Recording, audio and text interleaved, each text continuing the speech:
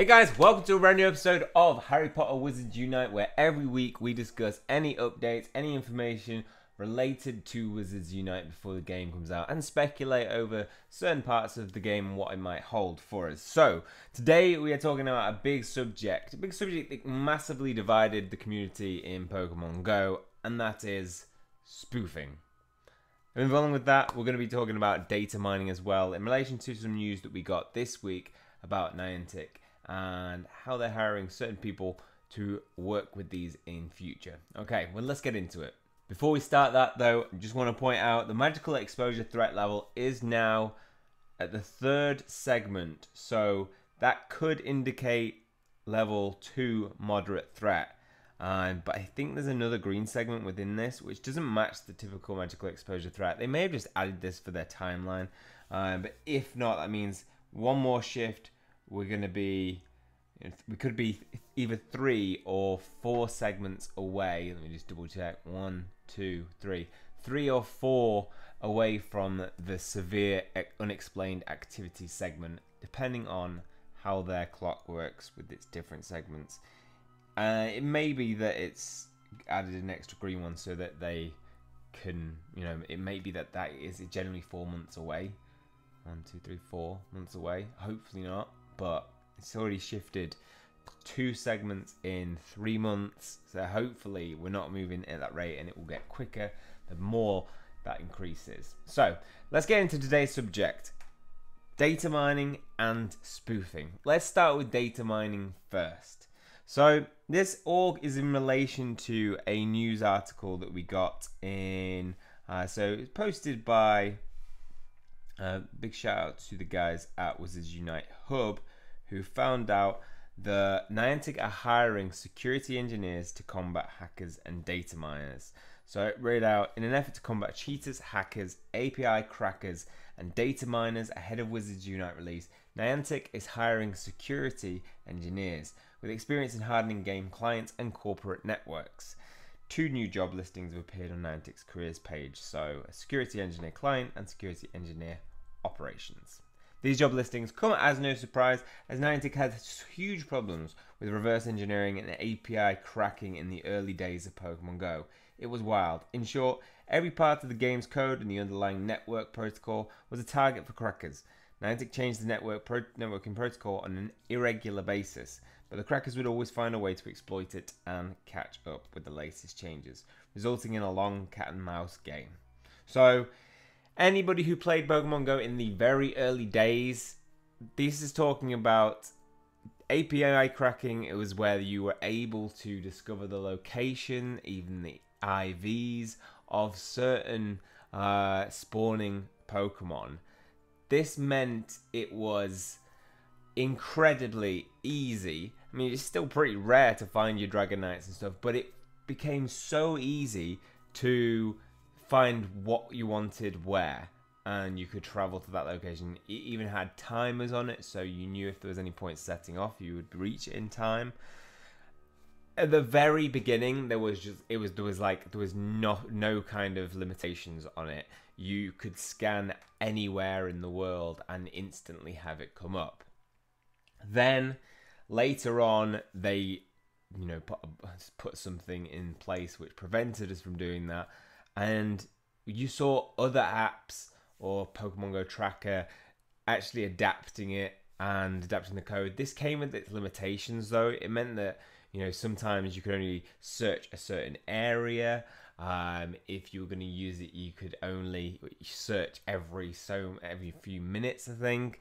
And so even it went to the point where when you had to search, you had to do a robot check to make sure that you were a human searching, and you had to put in that code every time you did it. So this was a massive kind of just brought huge unfairness to the game, in that it meant people could catch really wild, rare Pokemon really easy. Now, this has to, go in place from the start, from day one. In a game that is hopefully going to have a PvP element and a competitive edge, it's going to make a big difference if you have people who are just, getting the rarest Pokemon, rarest fantastic beasts with ease. In the early days, this didn't really matter that much because Pokemon Go wasn't that competitive. It had one competing element, and that was gyms. So if you could find the rarest, you could find the strongest and put the best ones in the gyms, making it harder for people to take down those gyms. But it wasn't too much of an advantage, so you could pretty much take down any gym with the help of a couple of friends. So that didn't give a massive unfair advantage. It just helped people complete their Pokedex quicker, or complete the ones that they could catch within their region. Going into PvP though, if this was there at the beginning and whilst PvP was active, it would have been a huge problem, because you would have had, in the PvP system now, you have, plus 250 CP Pokemon, and you're picking your best 3 against somebody else's 3. Now, if your best 3 are like 3, of the best types, perfect IVs, max CP, that's going to be really annoying to play against, and going to give a huge disadvantage to people who are playing legit. And I think it needs to be in place from the start, and I'm really happy they're hiring this, because if it's placed in place at the start, hopefully nobody will be able to crack it, and then they won't have scanners and things making it unfair. Along with that though, I would like to see a very effective scanner from day one, not in terms of, illegal. I mean your typical scanner in Pokemon Go, in terms of, where is the location of your Pokemon, what is around you. I don't really like the system for Pokemon Go too much. I think it has flaws in the fact that, you can see Pokemon, and you do have to walk around a lot to find a certain Pokemon. That, not too bothered about, but the thing that really, really bothers me is that when you live in a rural area and you have it like that, it's great. If you live in a rural area and you have one Pokestop, which I do, so it's literally millimeters away, so sometimes it'll walk in, and if there's a Pokemon there's a Pokestop over there, it's not in range. Sometimes it's in range, but it's not today. I can have one Pokestop over there in the distance with, a Psyduck there. And then I'm limited to having 3 Pokemon in my nearby. So I'm not a big fan of the scanner system within Pokemon Go. But it does kind of it does really ensure that you have that hunt element to it. You do, if I want to catch in this part, if these are many, like, great, I can walk around and eventually hopefully find it. And you learn where your spawns are. So I know that I have that spawn, and there's a spawn there which spawns on my house. And as you walk around, you do learn, I know that I have one there. So eventually you kind of learn a bit more. Hopefully then it won't be a case that they have a bad tracker inbuilt with it. I'd like to see a slightly more advanced in that, you maybe have distance to certain Pokemon. That would be quite cool. The radar in the beginning of Pokemon Go, where it had 3 steps, 2 steps, 1 steps, which gave you a sense of how close they were, how far away they were, that was a lot better, but they took that away, God knows why, and then put in this new system, which was only slightly better, and only really better for people who lived in areas where you've got tons of Pokestops. So a little bit more complex, and I think they will fix that problem. Okay, API, not too much of a problem, but next, let's get into one that was a little bit more of a problem in the early days of Pokemon Go, and that was spoofing. And still is. People still spoof in this day and age. Now, I have never spoofed in my life. Never spoofed in every single AR game that I've played. That's Pokemon Go, Jurassic World, Our World, Walking Dead, Ghostbusters World. Never spoofed. Never felt like I needed to spoof. And for a long time, I have a chronic long-term condition called myalgic encephalomyelitis, which means if I walk too much, my legs just go to crap, and I can no longer walk without, and they won't recover if I walk. So I understand why people in that case would spoof. I still didn't, because I didn't want to be a spoofer. But I can see how for some people spoofing does help. If somebody is, has no way, is bedbound and has no way of playing this game properly, then spoofing works for them.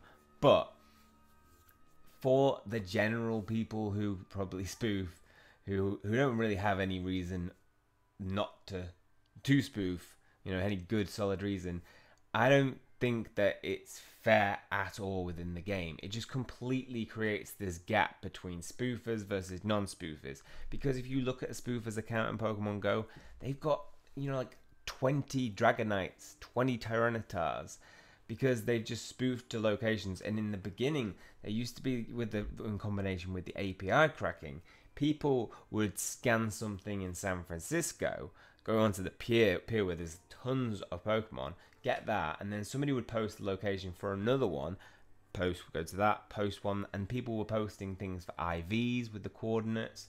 So people were just going around the world and just picking up these insane Pokemon. Huge gap then. Huge gap between the fairness of somebody who's playing free to play with no free to play doesn't really matter, but I mean playing without spoofing, because you're rarely going to encounter those Pokemon, and when you do, it becomes a great rarity. But it kind of takes some of the edge off that rarity when somebody else has got it through such easy means and so many of it, and is going to beat you anyway because they probably have a better IV and they'll have more candy, so they'll be able to boost the combat power up. Then it really became bad when we brought in, PvP and gyms, in terms of the fact that you had gyms being taken over by spoofers because you got free money from this in terms of free coins within the game, the currency in game. Holding gyms was one of the most worthwhile things to do for a free-to-play player, because you go around your town, and it can take, I used to take me 2 hours to get my 10 gyms, going around to get the different ones.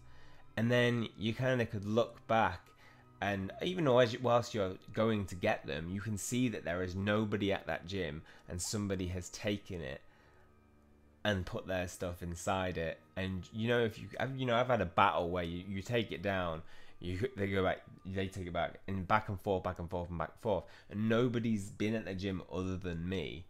And you're not going to beat them, because at the end of the day, I'm sat there in the cold, and the other person is sat there, happily, snugged up at home, just laughing away and doing other things, whilst I'm sat there just waiting in cold. So I think it just created such an unfairness, and pulling in a good PvP. And Pokemon Go doesn't have amazing PvP system, I don't think. I think it's very basic and lacking in a lot of areas that it could, when you compare it to Pokemon Go, other Pokemon titles. Now, I want to see if you're going to bring in a good Wizards Unite PvP, and also offer something along the lines of gyms and some other ways of getting free currency. I want to see that protected. Now, I would, you see a lot of people have gone to spoofing in the early days. There's some YouTubers that used to do it by going out every day, recording, and then it's just not fit with their life to be able to maintain that, and they've then gone to spoofing, and the channel's done well because a lot of people do spoof. And if they are going to allow it, if it is a problem, I do think that you got two ways of dealing with it. Like, for me, in terms of, if you want to create a workable solution, if you can't crack it, if you can crack it, nobody should be able to spoof. Day one, unable to. If they can crack it, you need a complex ban system that, in Jurassic World Live, people were banned like that. Just, first month, people were spoofing, and their accounts just got banned. No warning, just straight up banned. And what that does is it acts as a deterrent, because even if you're sitting at home playing a game, you kind of don't want to run that risk of losing your account if you're playing, because you could literally have a whole month of gameplay just wasted, especially if you're a YouTuber and you've got your channel built around this and then you lose your account, which happened to some YouTubers. And some of them weren't that pissed off, but I would be. Like, I'd have invested a lot of time into my account. I've invested a lot of money into my account in buying lucky eggs and incubators. So I think if they don't have a workable solution that doesn't fully stop spoofers, they need to have a complex ban system that identifies it well, quickly, and bans. And yes, maybe you could have a permanent ban and a temporary ban as a warning. If you spoof again, we've noticed it. If you spoof again, you're banned. I think that would be fair, because in life, I think everybody's you're allowed. You gotta give some leeway of this is a one warning system, but you do it again, you're gone. Because in work, if you do something wrong, you can get a written warning, and then do it again, you can get a ban. So I think if you're going to do that, a complex ban system to deter people from being able to do it.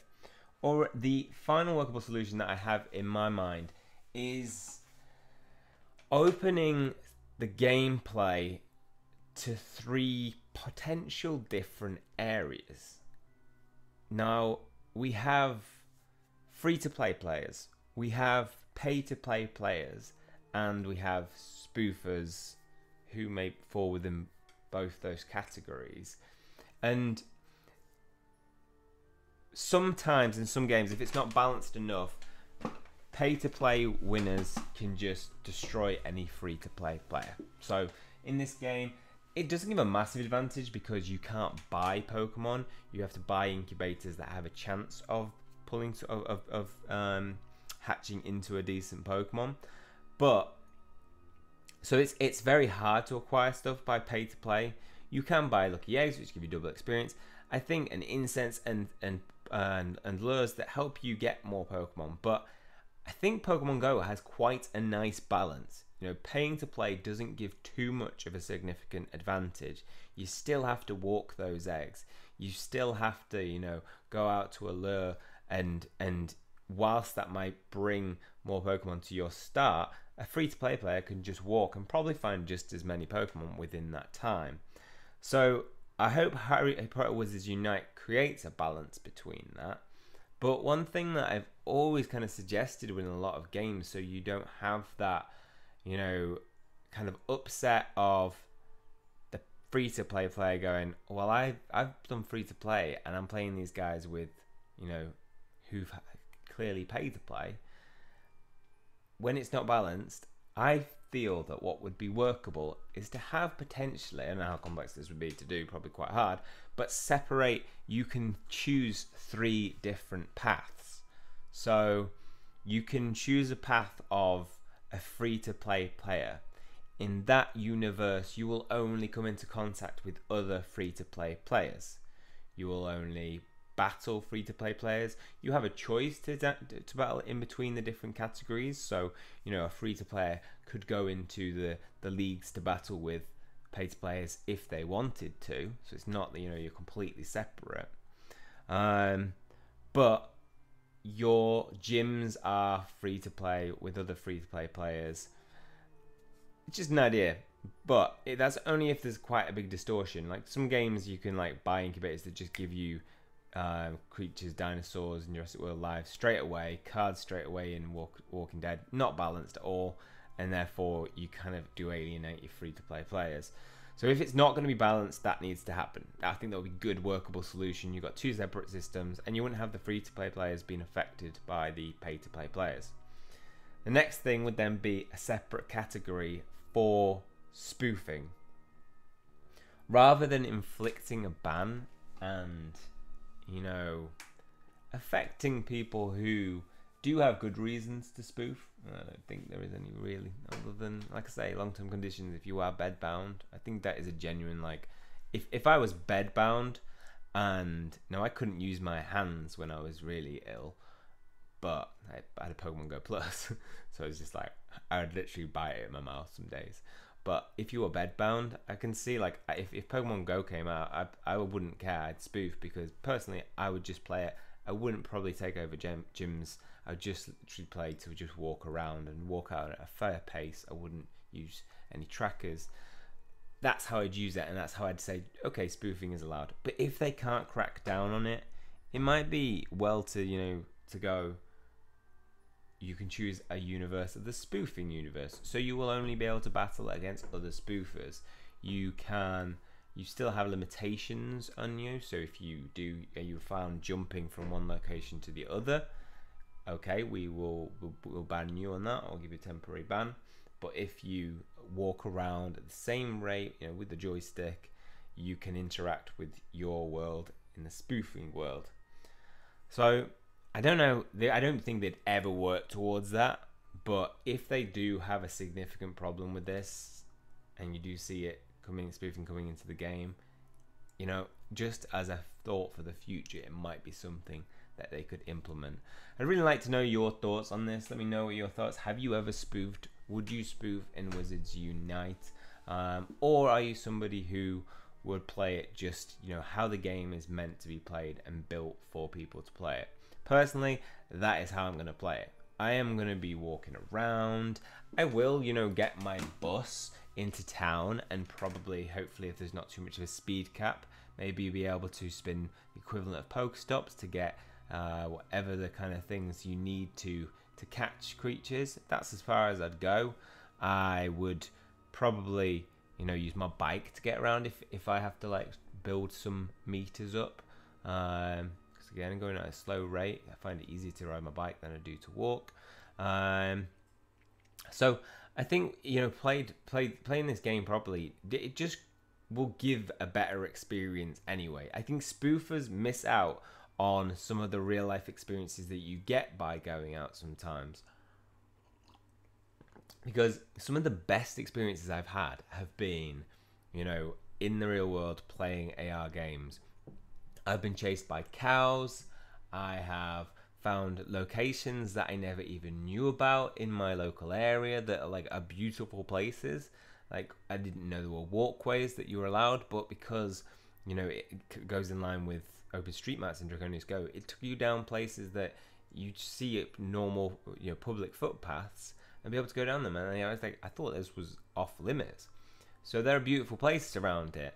And then you've got interactions with people every day that you are going to build lures. You know, I would go into Nottingham and there'll be lures set up everywhere, massively around the castle, where, you know, there was a big kind of proportion of people, and people would share lures.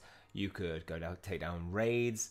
It's just a better experience, I think, playing a game like this in the world. It's an AR reality game, AR-based game, so it should be played in the real world, and you should be able to, you know, earn a lot of the kind of parts of it. So maybe like going to locations and solving puzzles, but like with other people.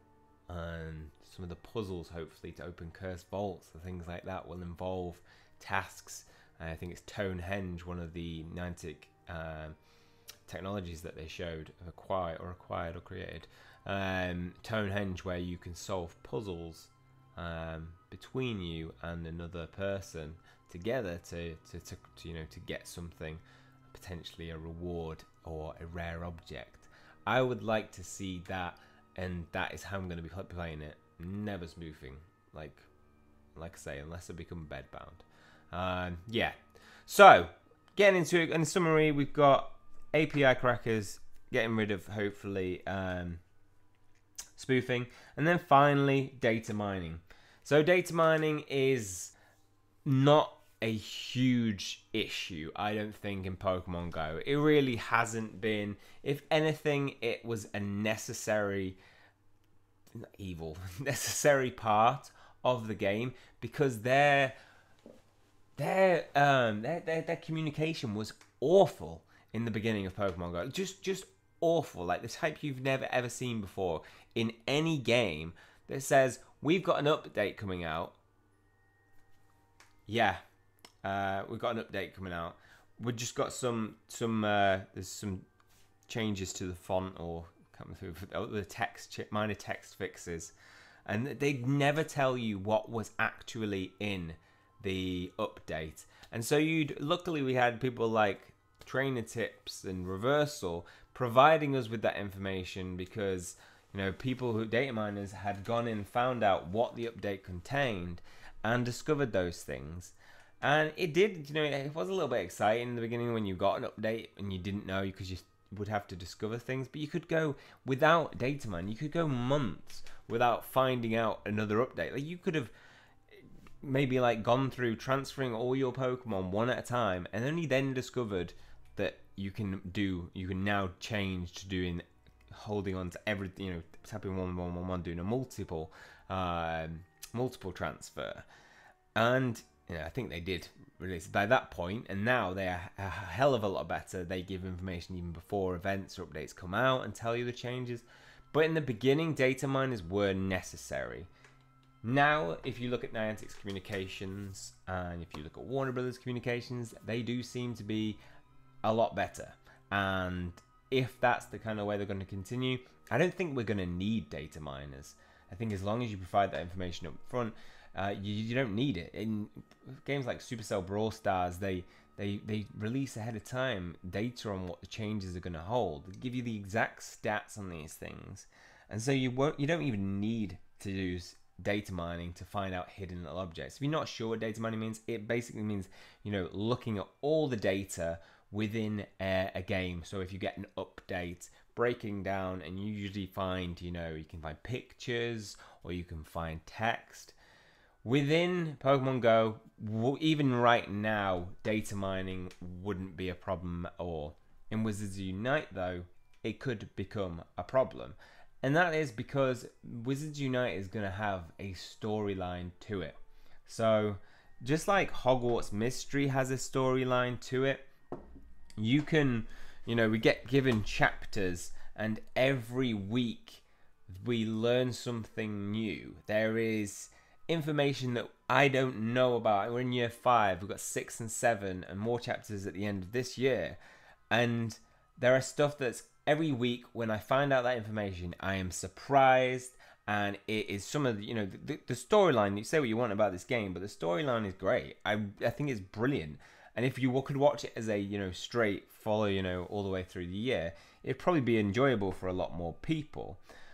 But one of the minor problems with it, and I haven't really felt it because I don't think people want to spoil it, but Hogwarts Mystery does have within this a data mining section, which I haven't looked for ages actually, and as you go through it, there you can see it.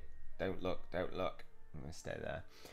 When it gives you information like this, so pictures of things that are coming out in the future, that's great. That's exciting. It gives you kind of a sense of what you're going to be seeing in the future. It means you can do a lot of speculation videos and speculate in your own time about it. And it's not a problem. But in a game that has a storyline, it could be a really big problem.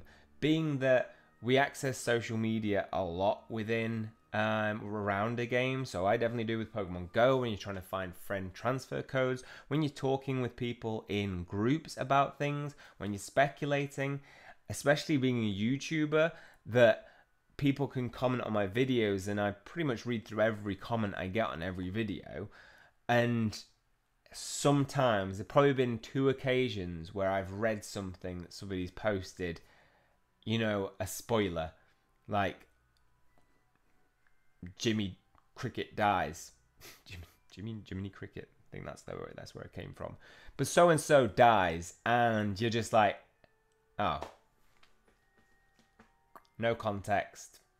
I haven't seen that. No building up to it. What? Thanks. Thanks. So spoilers are a really bad thing in a game that has a story base, especially being that we use a lot of social media around it. It does mean there's a lot of opportunity for people to have a storyline spoilt. And as you can see here, if we go down a little bit further, Year 5, Chapter 21. We're currently at Year 5, Chapter 20. That has all the text that's going to be shown within that chapter, and is potentially a huge spoiler within this game. I don't feel like the community, like I say, 2 odd occasions in the year that I've been covering it where somebody spoiled something. Apart from that, never really heard much about it, and I don't think people like to spoil storylines. You just look at Fantastic Beasts and, you know, keep the secrets. It was kept so well. I didn't hear anything before I went to the film, and I follow a lot of people on social media related to Harry Potter, anything Harry Potter related. So I didn't get any spoilers about it. So I think even if they did have data mining as a problem within the game, I would like to hope that people wouldn't spoil the storyline. And in that sense, I don't think it would make that much difference, because little information like this doesn't spoil it at all. Okay, we know we're going to be potentially playing for some different outfits, and that just builds hype. Doesn't kind of destroy it like spoiling a storyline does. So hopefully they're going to crack down on those 3 things and they won't be a problem. But if they are, let me know your thoughts on it. What do you think we're going to be seeing in Wizards Unite? Do you think they're really going to crack down on the spoofing problem so that, you know, it's impossible? Do you spoof in Pokemon Go? And do you, you know, because I haven't been along the line of like spoof, fix, find another way around it, spoof, fix. What's it look like over Pokemon Go? Is it that hard to spoof? And if it is not that hard to stop us from spoofing, do you think Wizards Unite are going to be able to stop spoofers? Let me know your thoughts in the comment section below. That is all for this one. Hopefully you guys have enjoyed it. If you have, please hit the like button and hit subscribe if you want to keep up to date with future content and information. That's all for me. See you soon.